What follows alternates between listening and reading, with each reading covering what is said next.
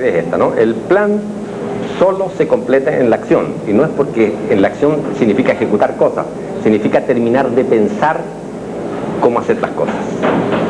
No hay forma de pensar el plan completamente antes de actuar. Solo en la acción se completa el plan, ¿no?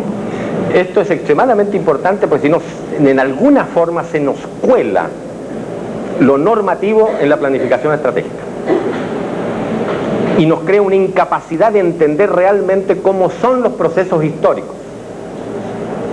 Un requisito esencial de la planificación estratégica que yo planteé en el libro de planificación de situaciones es que un método de planificación que es válido y que es potente necesariamente tiene al mismo tiempo que ser un método de reconstrucción de la historia reciente.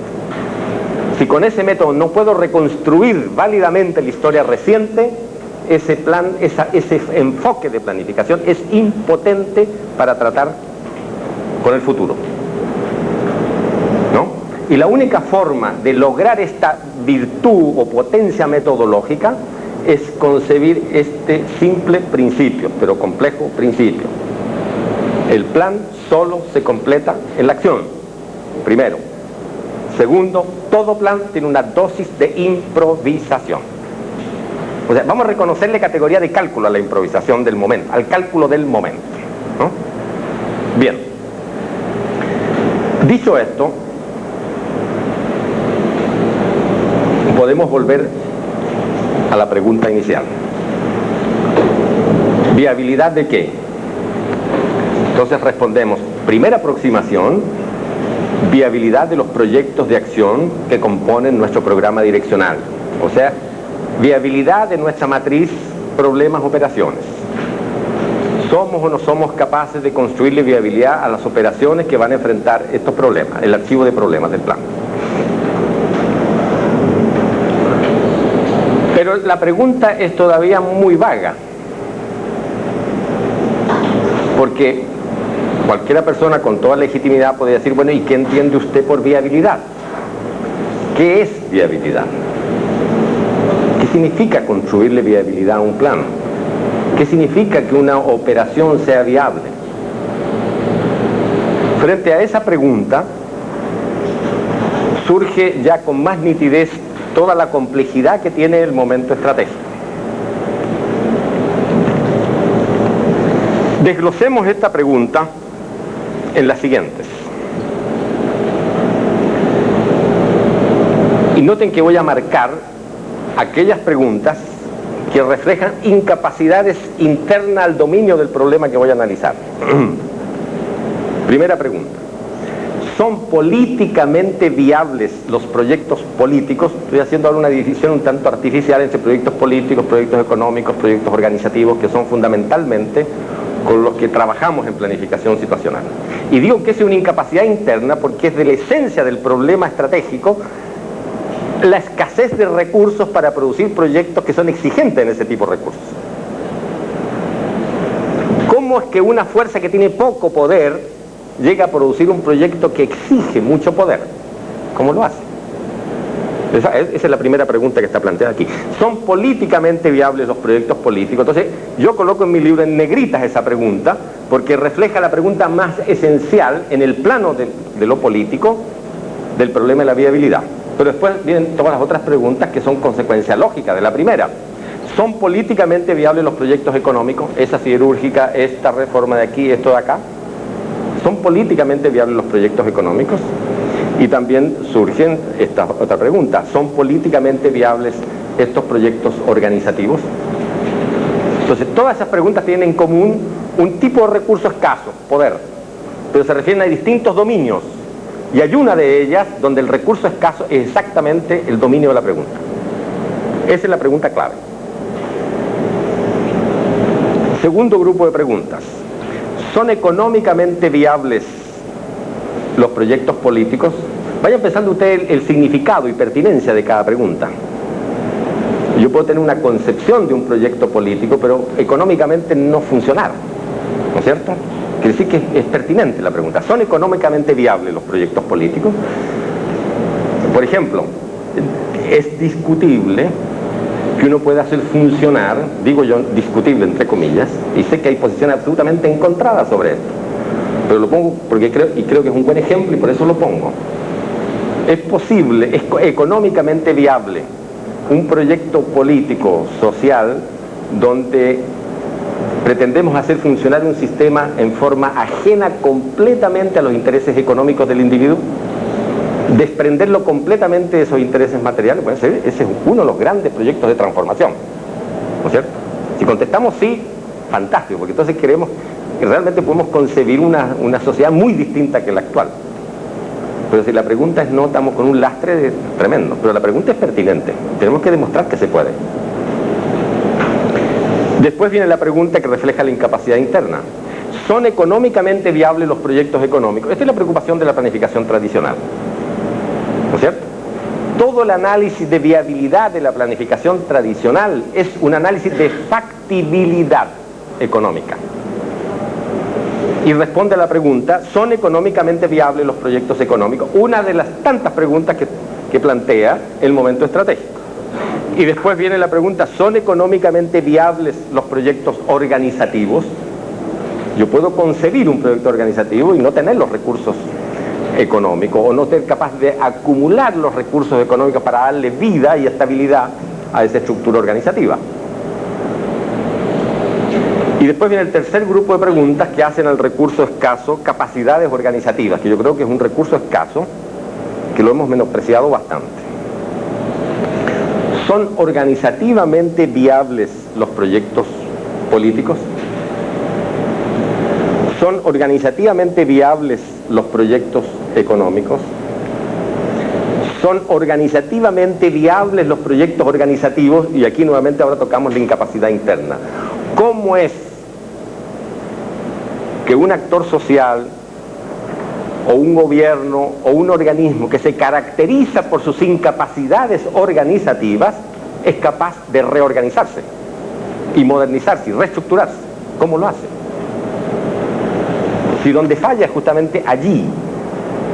Y recordemos, para entender la dificultad de esta pregunta, el concepto de ceguera situacional. Si yo tengo incapacidades organizativas y además tengo ceguera situacional con respecto a mis incapacidades organizativas, eso le impone un techo a toda posibilidad de transformación organizativa. ¿Cómo rompo ese círculo vicioso?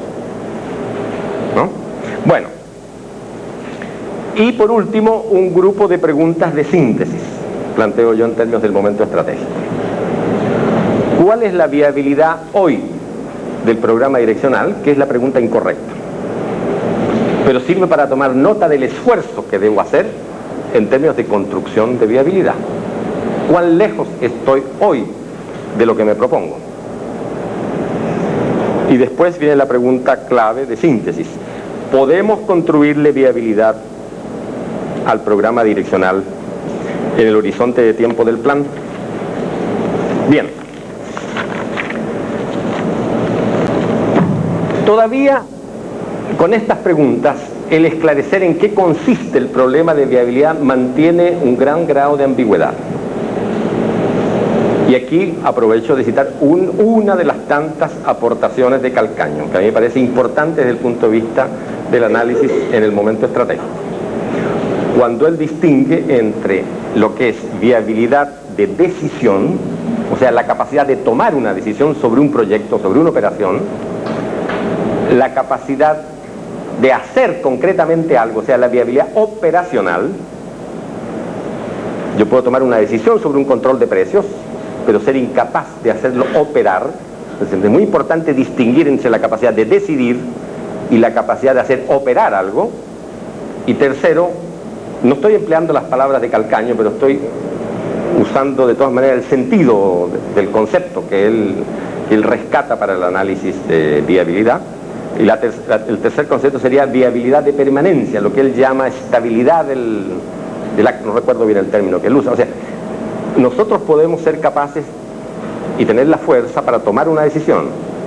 Incluso podemos tener la fuerza para realizar la operación concreta, pero la pregunta al final es, ¿y tenemos la fuerza para mantenerla operando? Es decir, que llegue a ser parte del sistema y no dure 3 días o 24 horas y vuelva atrás. ¿Cómo es que le damos estabilidad al cambio que hemos producido? En consecuencia, viabilidad también tiene que ser precisado en estos términos.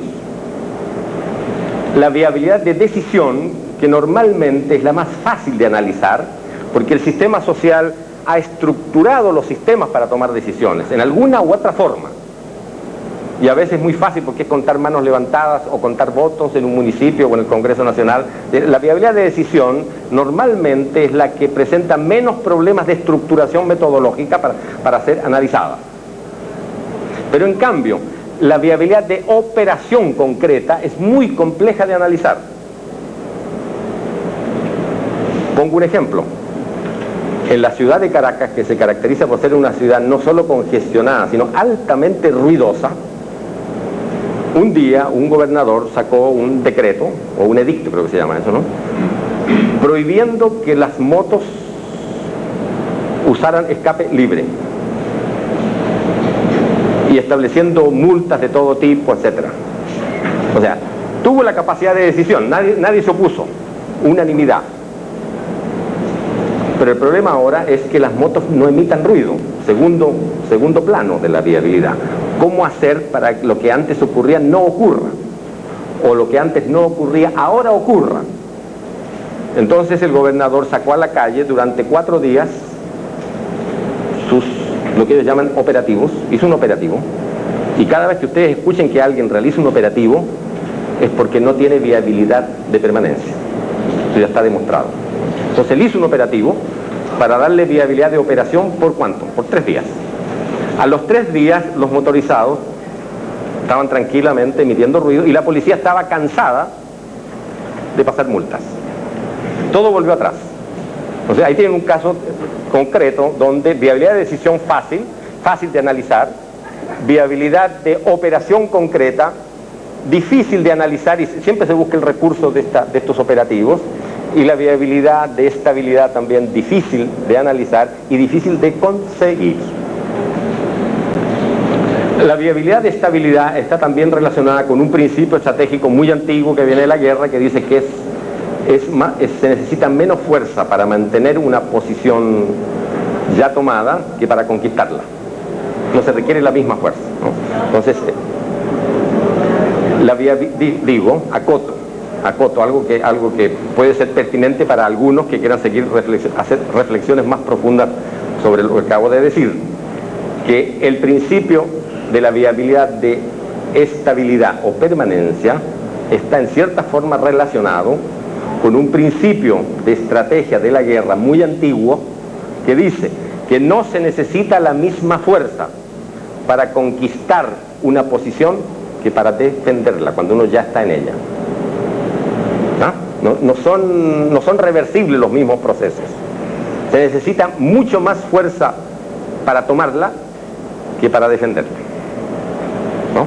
De manera que el que está en la posición del hábito concreto, del que está emitiendo los ruidos, normalmente está en una posición mucho más fuerte que el que quiere conquistar el propósito de eliminarlo, ¿no? Bien, por último, para completar la precisión del concepto de estrategia, y desgraciadamente he avanzado mucho la hora y todavía no he entrado en el tema, ¿no?, sino que estoy bordeando conceptos para entrar a él. Por último, creo que para precisar estos conceptos conviene distinguir distintas actitudes que uno observa en la vida práctica respecto a este problema. Primero, la actitud de aceptar las restricciones y decir, yo no tengo poder para hacer eso, yo no tengo recursos económicos para hacer eso, o yo no tengo capacidades organizativas para hacer eso, en consecuencia no lo hago. O sea, la pasividad. La pasividad no da origen a ninguna estrategia, no plantea ningún problema.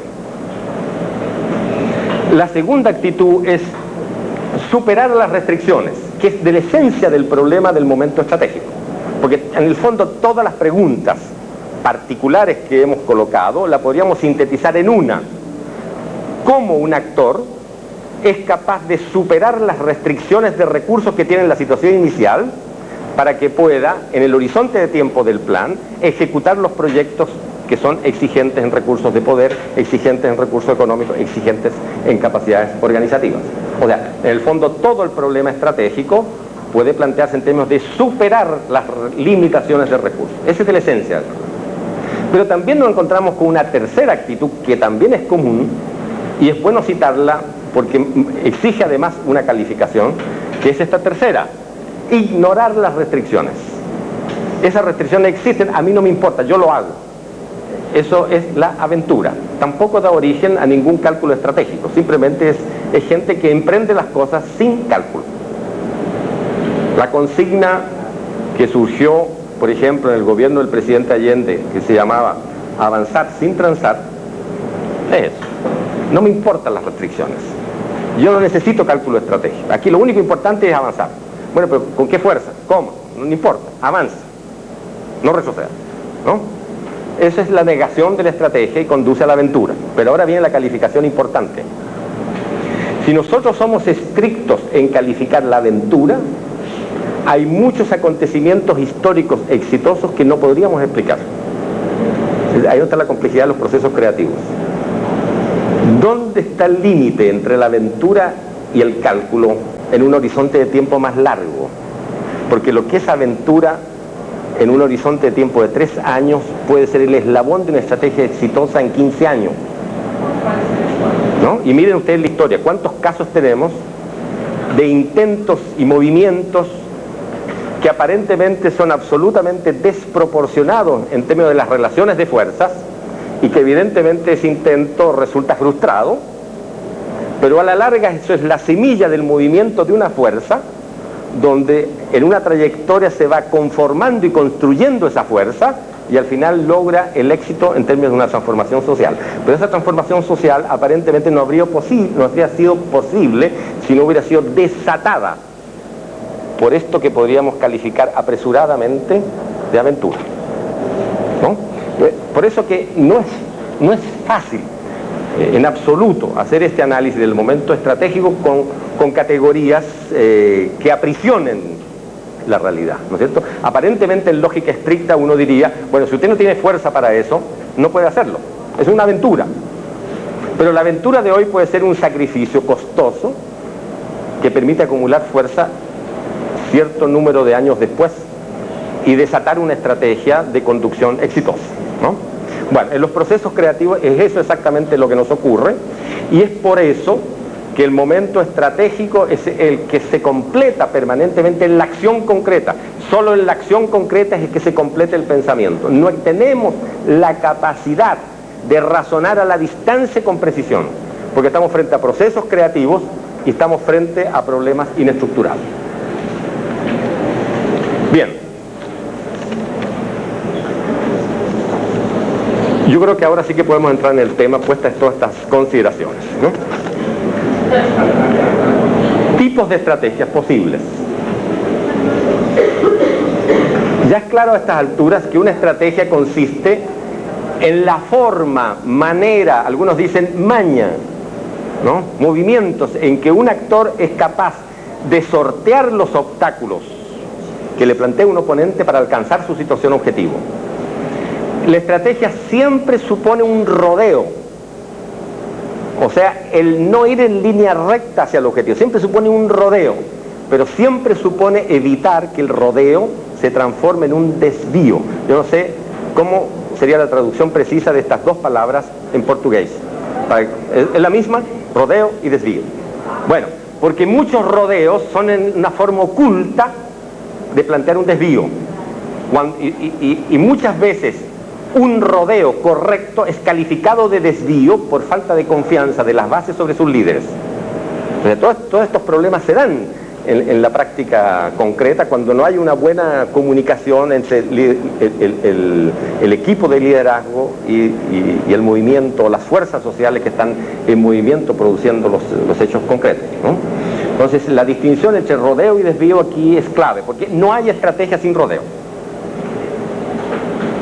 O sea, la estrategia es la negación del arco direccional para que pueda ser posible. Esto es una contradicción en términos positivistas para los que piensan que yo soy positivista, ¿no? La estrategia es la negación del arco direccional para que el arco direccional sea posible. Voy a sintetizar en unos 20 minutos no más, entonces el grupo de inquietudes que quedan por resolver para pensar el análisis estratégico, ¿no? En primer lugar está el problema de el tipo de estrategia y cómo escoge uno un tipo de estrategia, ¿no? ¿Cómo es que precisa si va a seguir una estrategia de cooptación de otro actor? Es decir, sumarlo, intentar sumarlo a la estrategia propia, al proyecto propio. Si va a seguir una estrategia de cooperación, es decir, si va a intentar negociar con otro para llegar a un consenso y sumar fuerzas, pero esa negociación implica un cálculo, que vamos a ver aquí más adelante, un cálculo que es riesgoso, porque muchas veces lo que se gana en fuerza se pierde en cohesión, y hay que ver si qué vale más, lo que uno sumó en fuerza en relación a lo que uno perdió en cohesión. Lógicamente esto habría que analizarlo en términos dinámicos, porque esa pérdida de cohesión no es definitiva, puede ser transitoria. Ahí nuevamente está el problema de la capacidad de conducción, la capacidad de liderazgo. O si podemos seguir, o estamos compelidos a seguir, o estamos inclinados a seguir una estrategia de conflicto.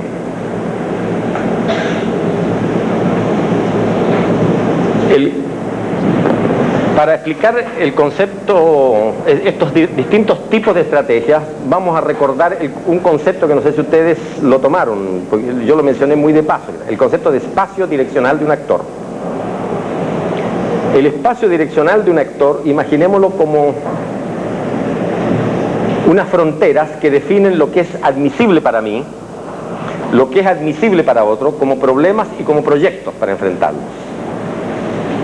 Y ese espacio incluso podemos transformarlo en un mapa valorativo, en el sentido que como una especie de curvas de nivel nosotros podríamos trazar en algunas partes los proyectos que son de más valor para nosotros y los problemas que son de más valor para nosotros, y descendiendo en términos de curvas de nivel en el extremo en los bordes del espacio direccional, aquellos problemas y proyectos que son de menor valor. De manera que el concepto de espacio direccional define las fronteras de lo que es aceptable ideológica, políticamente por un actor. Eso lógicamente depende de sus valores, el tipo de teoría a las cuales adhieres, el grado de estructuración de su ideología, etc.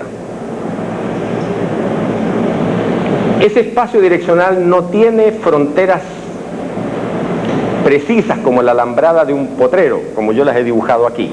Esos cuadrados son los espacios direccionales de los actores, pero por simplicidad los he dibujado así. Aquí podemos aplicar la teoría de los conjuntos difusos, este concepto de Fuzzy-set. Los espacios direccionales son Fuzzy-set. No sabemos bien dónde terminan. Hay un espacio de nebulosa. Y ese espacio de nebulosa siempre incluye problemas y proyectos de menor valor, pero que pueden ser aceptables para nosotros. En consecuencia, normalmente, la intersección de espacios direccionales entre dos actores, si se da en sus fronteras difusas, es una intersección muy poco estimulante, porque siempre se refiere a coincidencias sobre algo que no nos importa. Bueno, podríamos ponerlo en esos términos. En cambio, si hay intersección de los espacios direccionales entre dos actores, pero en el corazón de cada uno de los espacios direccionales, quiere decir que hay coincidencias sobre problemas y proyectos que son los que más nos importan, ¿no? Entonces, es en esos términos que está planteado simplemente el problema en estos gráficos, ¿no? En el primero, lo que trata de expresar es la posibilidad e inclinación hacia una estrategia de cooptación. Entendemos por cooptación la capacidad de un actor de sumar a otro para su proyecto. No hay negociación aquí, hay simple adhesión. La situación objetivo de uno es que el otro adhiera al proyecto, ¿no? Y esto siempre es posible en términos de un actor que es más fuerte que otro, y cuando la intersección entre los espacios direccionales de dos actores se da en términos de intersección de problemas y proyectos de alto valor. El primer esquema muestra eso justamente, ¿no? En todos los casos estoy identificando, cuando digo proyecto de yo o proyecto de tú, me estoy refiriendo solo a los proyectos de alto valor. En consecuencia, en el primer esquema nos encontramos con que el proyecto mío y el proyecto del otro son distintos, pero ambos son de interés para ambos y ambos son de alto valor para ambos, salvo en partes de alguna significación, pero que en el fondo no son un obstáculo como para que podamos acordar actuar juntos. En esos casos, la inclinación es hacia una estrategia de cooptación.